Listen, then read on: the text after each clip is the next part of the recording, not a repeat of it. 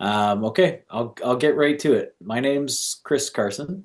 I'm the president of the commercial division at Metro City Property Group, a partner of Northern Alliance. My background is construction and land development, so I've got pretty decent grasp on land and development, all things commercial, and I've touched in all sorts of aspects of real estate over the last 17 years. So feel free to stop me at any time if you have specific questions that you want to dig deeper in, or anything that comes up. Open forum. So yeah, just have a good discussion. So I'm here today to discuss GIS mapping systems, and other types of mapping tools. Um, a I would say the most popular. We're all in Ottawa for this particular discussion, but every large municipality has a GIS mapping system that they use to organize their information for the public. Our system, if you may or may not know of it, but here in Ottawa, it's geoOttawa, and it's a public facing system. Everybody has access to it. Very few people know how to use it efficiently. So hopefully by the end of today, you'll have a few more tips and tricks to be able to use it. And what these mapping systems do, these GIS mapping systems, is they gather critical property information, organize it in a way that we can access it. Everything from zoning, local amenities, demographics, environmental data, all sorts of data that, as a real estate professional, it's key to have in order for us to guide our clients through purchases and sales. So, in my opinion, a very small percentage of the realty community understand these mapping systems, but it's the first thing that I cover with my agents, and I think it sets everyone apart.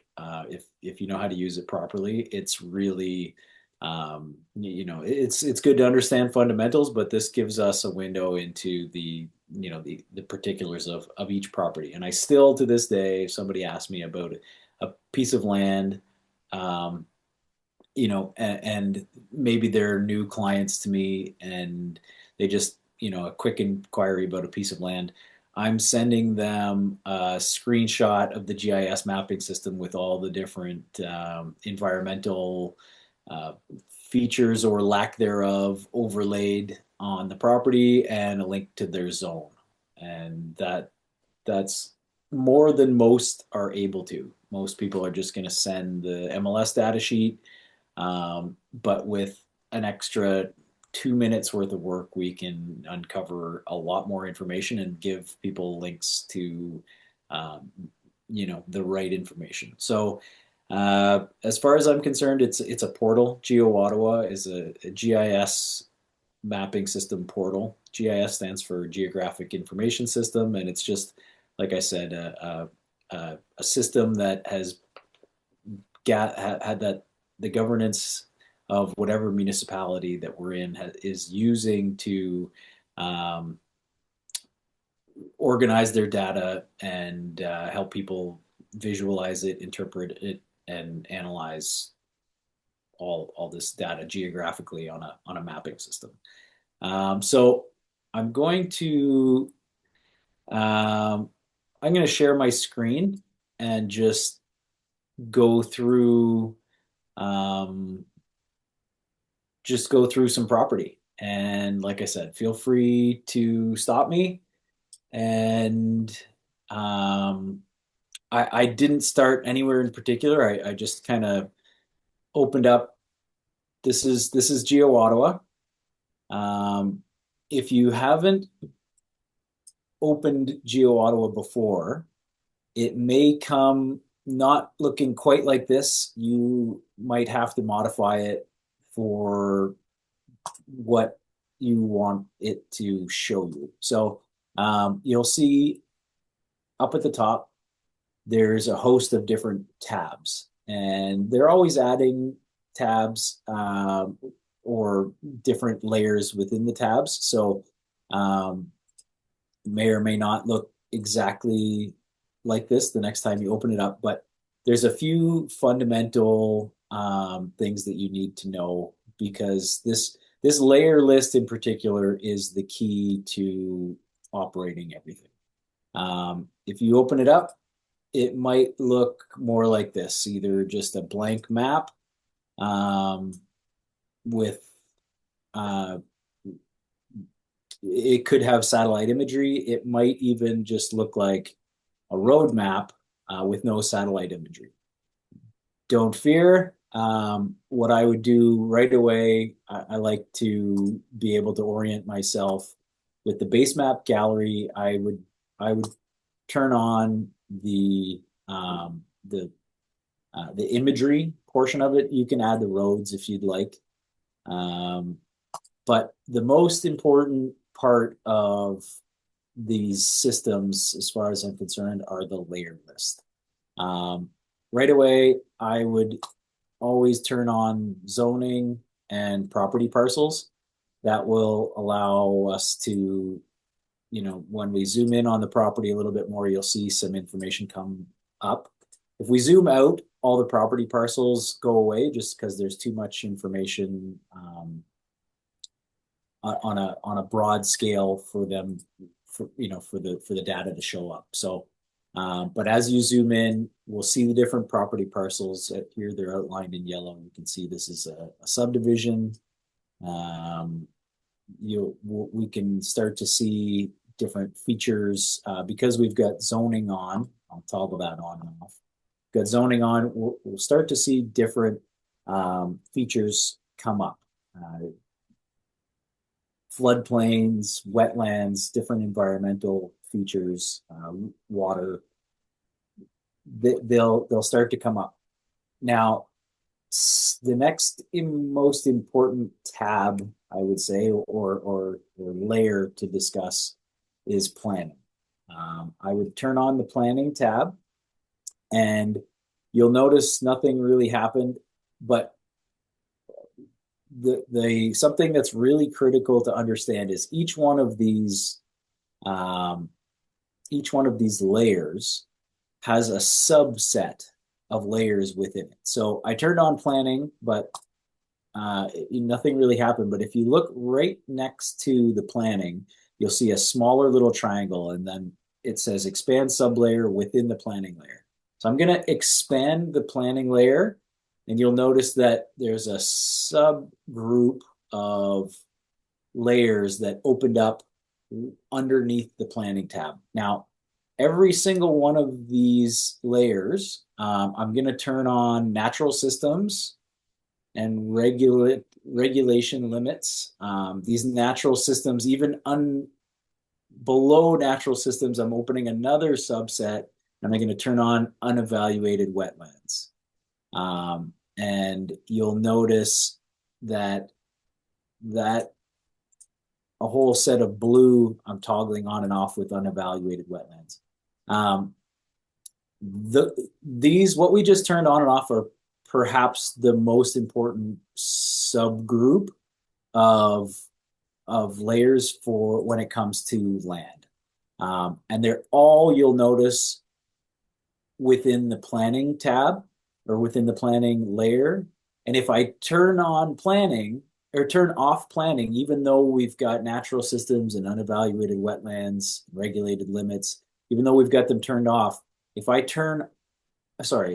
them turned on. If I turn off the parent planning layer, they all go away. So even though natural systems and unevaluated wetlands and regulated limits are checked, the parent group, which in this case is planning, must be turned on in order for all of those sub layers to show up. And you'll notice, right here, and I chose this particular area. I know it's an area of significance where there's all sorts of different things happening just in this one screen. We've got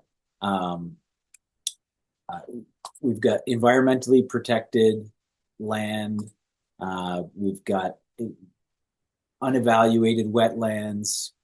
There's some water regulated systems. I won't go real deep into each one. Feel free to stop and ask if you have a particular question, but this is our way of identifying each. And if we've got a client that's looking to buy or sell a piece of land within any area, we need to know if there's floodplain, wetland, areas of natural significance. You'll see over here in this subdivision, we've got some green happening, and I'll show you uh, any one of these layers that is turned on. If you go to the legend, which all these GIS mapping systems will have a legend, it will tell you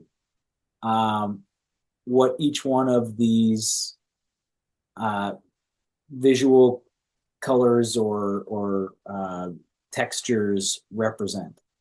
And it will only show active layers. So if right now, we're seeing unevaluated wetlands and regulation limits, if I were to go back to the layers list and turn off planning, you'll notice that on the legend, those have gone away. I no longer can see the unevaluated wetlands and regulation limits. So you can always go to the legend to understand what you've got turned on. I'm going to go back and turn on planning. We'll see this unevaluated wetland and the regulation limit around it has turned on. But we can go to the legend and see this green area here. What is that? It's a village residential enterprise area. And so you'll be able to identify all sorts of different areas within the city that, there could be a heritage zone, all sorts of different uh, governing aspects of property that can be identified through this geoOttawa portal. And I'm going to remind you, this is a public site. This isn't something proprietary to, real estate professionals. We obviously have Geo Warehouse, which goes one further, and we can, dig into the land registry and see who owns what parcels and when they purchase and how much they purchased. But this is a public site. But I'll tell you that not enough people know how to use it. So as a real estate professional, we need to obviously be able to, know what the public can know. So this should be first and foremost in our repertoire of systems that we use in order to evaluate property. Hey, Chris, sorry, quick Yes, question. thanks. Thank you. Stop it. Can't remember. Do you know everything we check off now, when we leave and come back, does it remember anything or is it It gone? it often will remember it. Every once in a while, they'll do an update, and your particular choices of layers will not be active any longer. But generally speaking, Let's the see. way you leave it when you exit the tab or whatever, it usually comes back to having the same boxes checked, and sometimes it will go right back to the exact same place that you were in the map. So Uh, it caches or holds cookies, or I don't know how it does it, but I'm assuming yeah, it's it's probably just the cookies, and if you erase something or update, like you said, it's gone. yeah. Do you, or is it something at some point, can you make a list or share a list of what you recommend checking off? So just so I can have a cheat sheet if I ever go back in, because there's like 400 categories, right? Yeah, we do have a You have? list in the shared file. Okay, I cool. will make sure that you know how to find it. Alicia, that's part of our team's shared file. You might not have access to that, but if you write down these major headings right now, zoning is number one. It should always be on. That one. Property parcels is something that should always be on. And the rest of them are under planning. So planning should always be turned on. And the next ones are natural systems should be on, and you got to make sure under natural systems that unevaluated wetland is also on, and regulated limits as well. And that's pretty much the basis of what how I always start. That's it. There's Okay. only, those five that I start with, and then I'll toggle things on and off as I'm going to look for other things. If we open up planning, you'll notice at one point in time I had urban boundary turned on. If I turn on urban boundary and village boundary, um, you'll notice I with village boundary, I identified this village here, which is Dunrobin. And that's important to understand where these boundaries are, because um, the rules are quite different within a village boundary or the urban boundary as to what you can do with the land. You know, if you don't know already, the city of Ottawa has a moratorium on country estate lot creation. So that means there's no possibility to apply to build a subdivision if it's not within the urban boundary or within a village boundary. Everything else is in the rural areas. And the municipality, the city of Ottawa, has imposed this moratorium that we can't even apply to make an estate lot subdivision application, which is an estate lot by loose definition is anything that's got to be serviced by water and sewer. But if you are inside a village boundary or the urban boundary, then there's a different set of rules for subdivisions.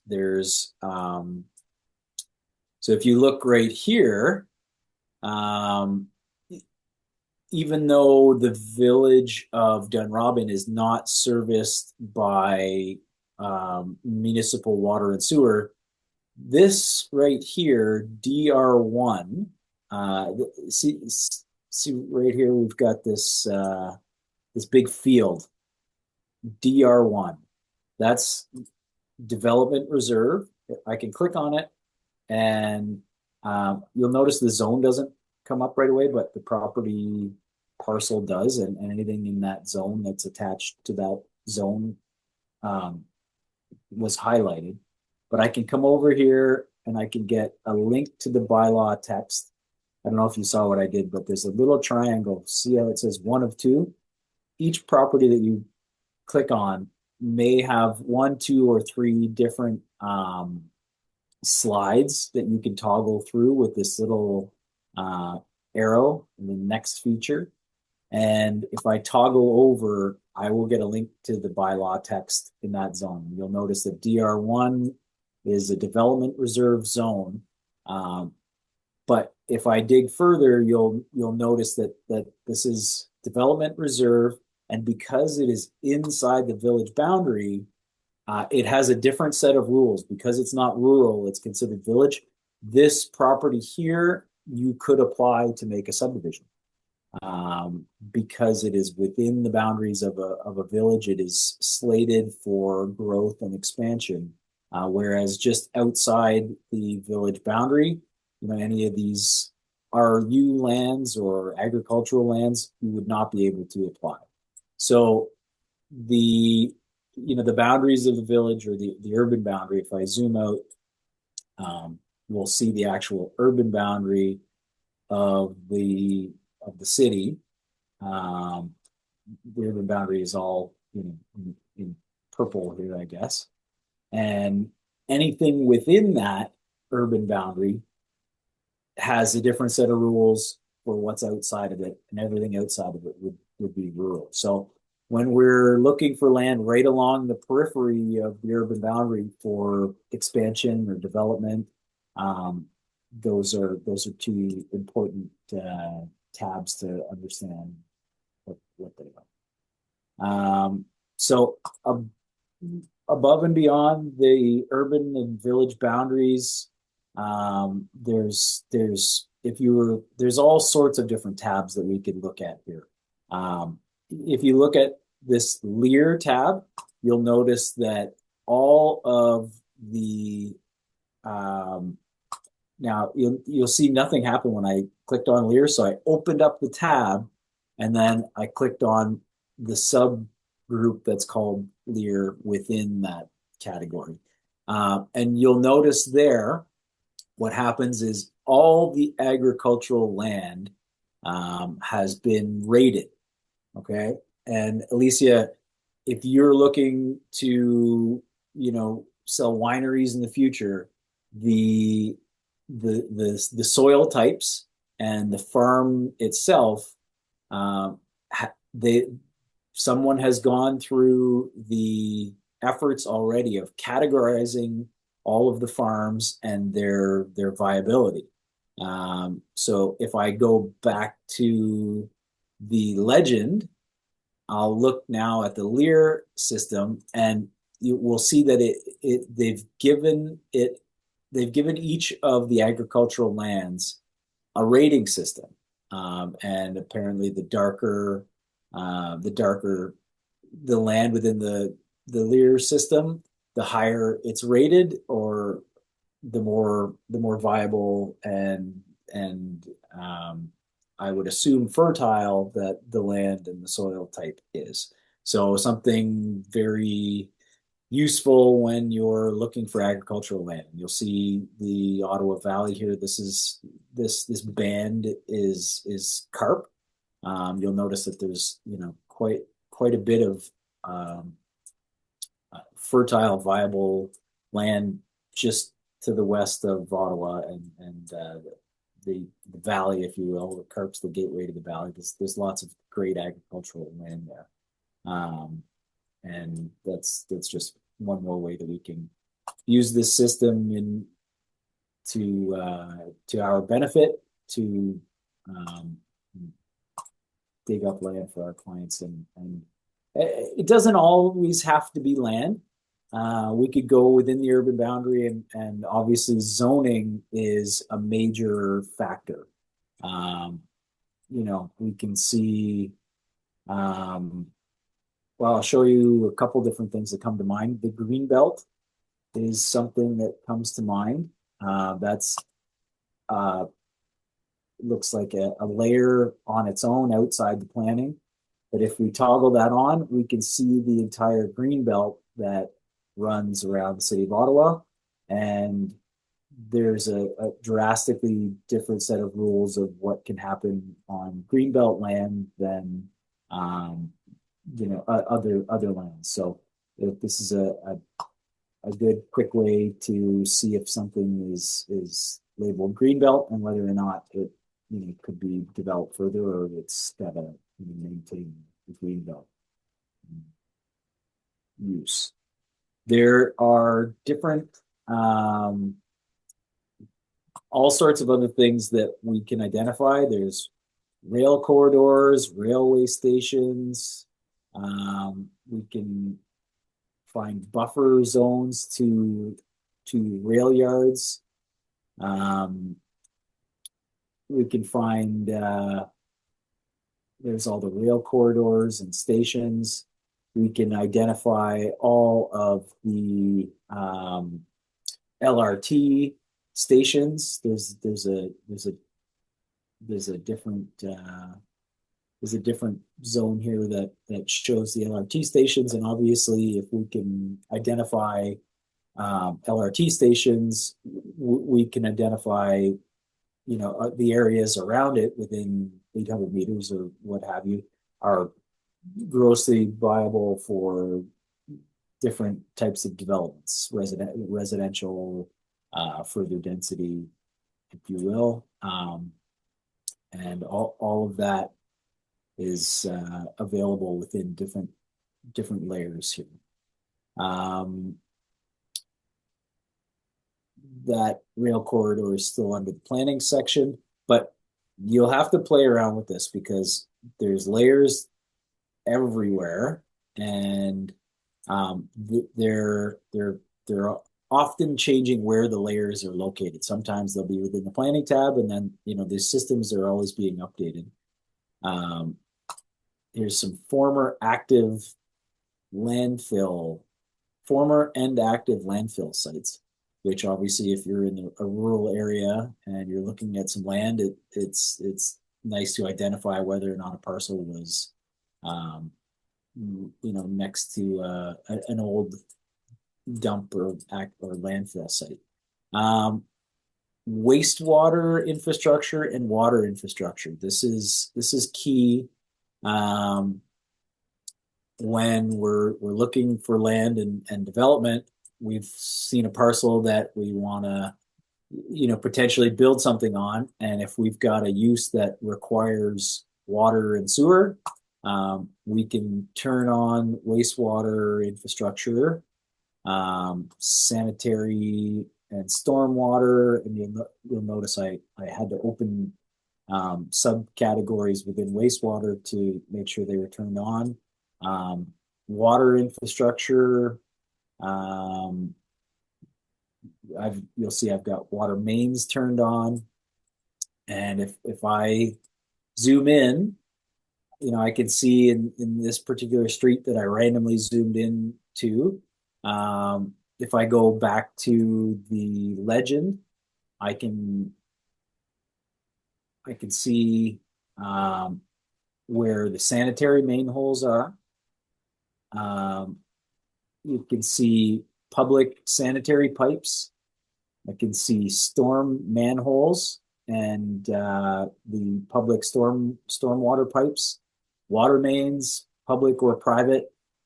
I By just clicking on some layers and understanding what they are, um, I can determine where the sewer and water pipes are in the ground. And that's massive when it comes time for all sorts of different um, land uses that our clients might come up with. So really, really valuable information here.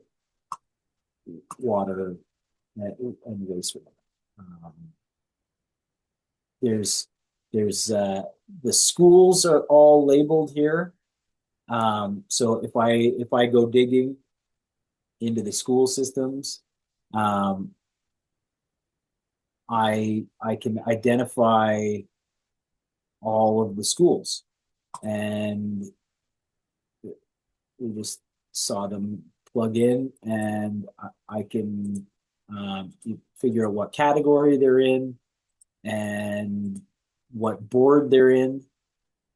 You can see this particular one is in OCDSB zone, and all sorts of really good information that we can find, again, just through this mapping system.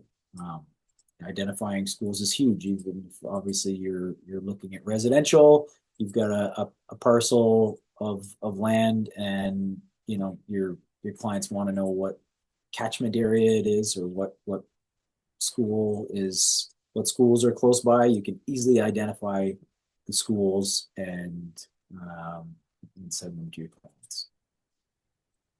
Hospitals are on here, different city facilities, parks. The parkland is all identified within the system. So massive amount of information that is available at our fingertips here. So these GIS mapping systems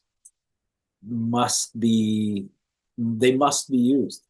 It's simple. I don't know why more people aren't doing it, but it should be on your. If you look at my screen, I've got a list of sites that I use for real estate that are um, set as my favorites. And geoOttawa's right up at the top. And there's some other mapping systems as well that I use, that I set on my favorites list. And if you organize yourself properly, you should be able to, within a few clicks, identify a parcel of land that somebody's interested in and get a lot of information to be able to send it to your client quickly. And I can't stress enough, how valuable that is and how much real value you bring to the client and how much it's going to be appreciated, and show you as the real estate professional that they want to use in order to get their information. So outside of the major municipal cities, so this is geoOttawa. Every major municipality has some type of similar system. So if you were in Toronto, the city of Toronto has a similar mapping system. Kingston, they have similar mapping systems. So all the major organized municipalities have these types of systems. As soon as you go outside of the larger municipalities, even the secondary municipalities have similar systems. They might not be as well organized. So if we were to go to Renfrew, I'll pull up Renfrew County's GIS mapping system. You'll notice that I have it on a short list, and it will pull up a similar mapping system. It'll show all the different areas within Renfrew, their subcategories, and it will have some type of similar system. It may not be as comprehensive, but you'll find it will have layers that you can turn on and off. You can, I just pulled up some significant wetlands. There are similar ways, there I can pull up some old landfills, lakes, waterways. There's a host of other information that we can find. We can find the Crown land, all sorts of different things that we can do with a similar GIS mapping system. It may or may not have links to these zones. You may find a map that shows the zone, but you can't actually link to the bylaw text specifically. You might need to go to somewhere else on the Renfrew County website and pull up the actual zone, and through a list of their official plan. But if you dig deep enough in all these other municipalities, you can figure out the zones. You can figure out what happens within the zone. They might be rudimentary mapping systems that you might not see a particular parcel with as much detail, so you may have to call the municipality, but often you can find what you're looking for by doing some simple digging into these GIS mapping systems. But when in doubt, definitely call the municipalities if you're working outside the city of Ottawa. Even if you're working inside the city of Ottawa, sometimes you have to call and double check some density, or whether or not the city would support a severance happening. You might find a parcel of land that qualifies for a severance because you look at the zoning and it shows you that the parcel size is big enough to sever. But the information you might need to find information from the city that shows that it had been severed in the last 10 years or whatever their criteria is, so it's not available to be severed against. Depending on what you're looking for, the municipalities may still need to be contacted, but these are really good ways to find information beforehand. Something I urge you to do if you find a piece of land with some environmental constraints is to look up the specific conservation authorities mapping system. I'll go back to this original parcel that I looked at here in Dunrobin, where we know we've got some environmentally protected lands with floodplain and wetland and regulated limits all throughout the property. And if we find a piece of land that has all sorts of different constraints, environmental constraints, it's important to go to the conservation authority that governs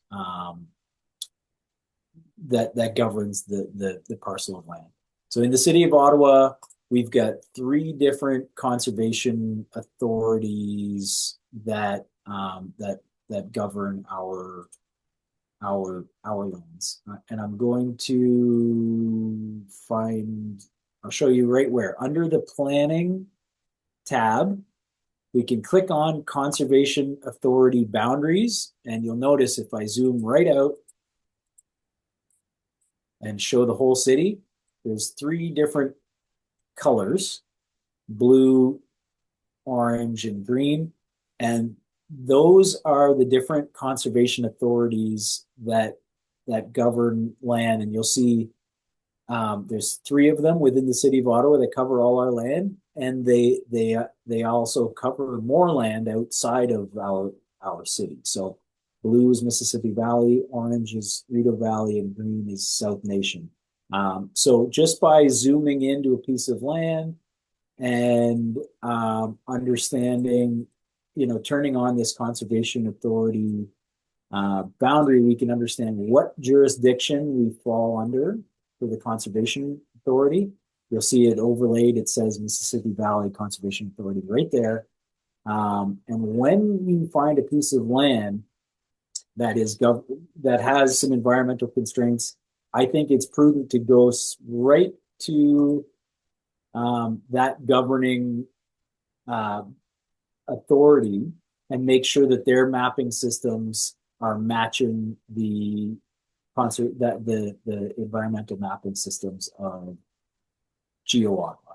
Because although they should match, they don't always, because these mapping systems are always changing. You're looking at a parcel of land here that at one time my family owned, and when I went to sell it, it was entirely covered. The mapping system entirely covered it in floodplain and regulated limits. And I actually was able to fight the conservation authority on it and argue that they had this man-made pond as being a waterway, and they had, every once in a while, they fly over with LiDAR and arbitrarily change these mapping systems. And it had this entire parcel covered in floodplain. And I actually was able to, with planning rationale, I was able to remove some of the floodplain from the mapping system, as well as this black, which is the regulated limit. And we were able to sell that parcel, and somebody was able to build on it. But I had to use these mapping systems to identify issues and ultimately, change the landscape and work with the problem. So, but the city and the Mississippi Valley Conservation Authority both have, jurisdiction over parcels. So it's important that you know, what the city's perspective is and what the conservation authority's perspective is, and make sure that everybody's on the same page in order to, guide some of these guidelines, and these are the two different systems that we use to do it. So,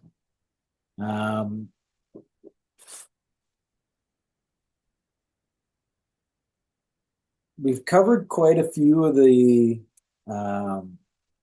things that I wanted to cover. There's different additional features that come with things like geoOttawa, and measurement is a huge one. You can go into these measuring tools and you can calculate distance and area. If I wanted to, let's say this pond here, if I wanted to calculate the area in acres of this pond, I can go to my measurement tool, use the polygon tool, and start clicking and drawing shapes. And I see that this pond is 1.5 acres. And I see the boundary, the different dimensions of the shape that I just created. We can use this to calculate areas of buildings, the square footage. We can use it to calculate setbacks from a particular property line. If we were to go into we didn't quite do this, but if I go right to the RU zone and I link to the bylaw text, it'll bring me right to the RU zone, and it will give me different things like setbacks, 10-meter setbacks from the front yard, rear yard, interior side yard. And I can use these setbacks and lay them out on a piece of land to determine where a building might have to be built, or how much area I have outside of the setback zones, which will tell me my floor area and how big of a property or a building that I'm allowed to build within the zone, given different constraints and setbacks from side yards and neighbors and all sorts of things. So this measurement tool is this measurement and area tools is very, very valid. There's another thing that's important in the rural areas, and it's a different GIS mapping system, but it's the Ontario well records. If I were to so every well that is within the Ontario is found right here on this site, and you can just Google Ontario well records, and you'll find something pop up, and you just look for the map, and you'll find this map, and as you zoom in on an area, you could enter a location for an address, but as you zoom into an area, you'll see all of these blue dots, and those are well records. We can pick any one of them really and click on the well, and it will come up with a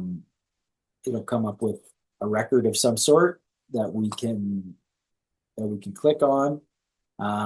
It'll tell us so every well that is created in Ontario has to be recorded. Any well that's created is recorded, and there's different things that are recorded in it. The soil type as the well driller is drilling, the depth that the well is created, and then different things like gallons per minute are recorded. Who dug the well, Valley Drilling in this particular case, and who dug the well. It'll have a sketch as to where the well is in relation to the house. This pumping rate is at 20 gallons per minute, and they used air to test the pump. So there's all this information that we can get off of these well records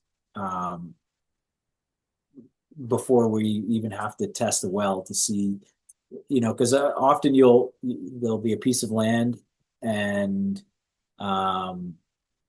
in order to understand whether or not there's water in the ground before you dig a well, a quicker thing to do is to just check all the neighboring properties and see if they've been able to find water. If so, how deep was the water?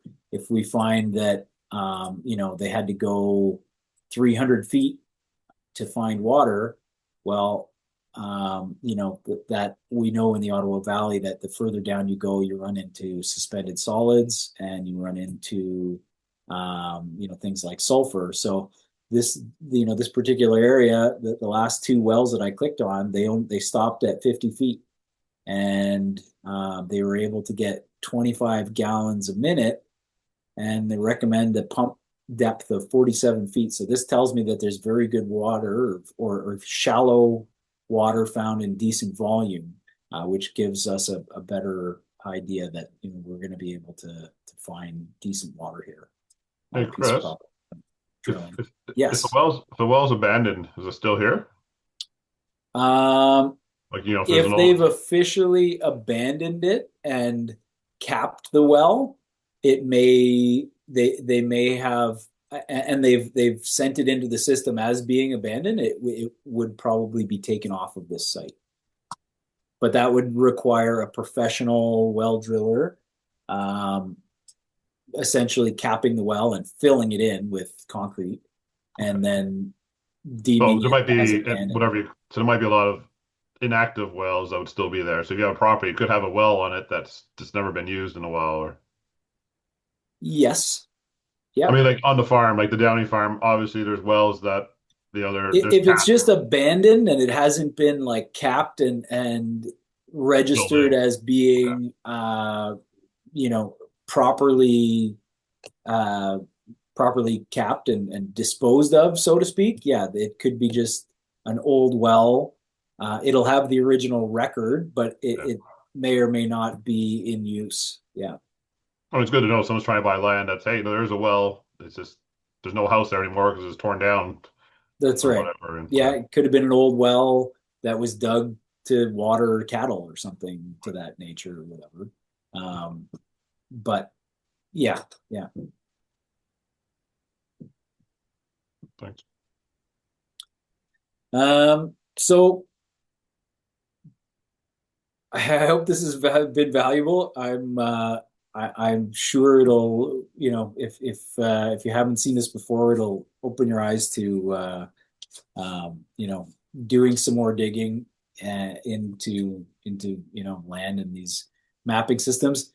Do either of you have a piece of property that you want to dig into a bit or inquire about to practice this before we wrap up?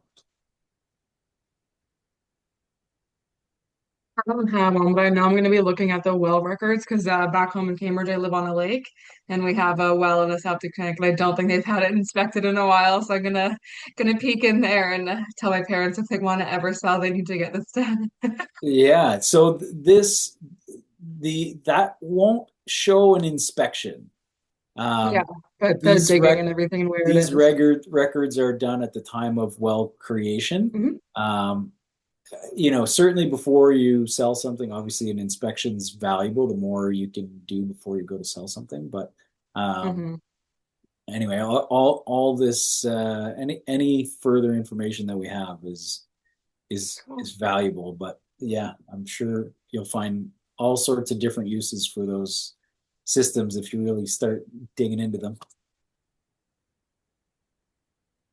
So anyway, that's kind of my GIS mapping system in a nutshell. Call it 101.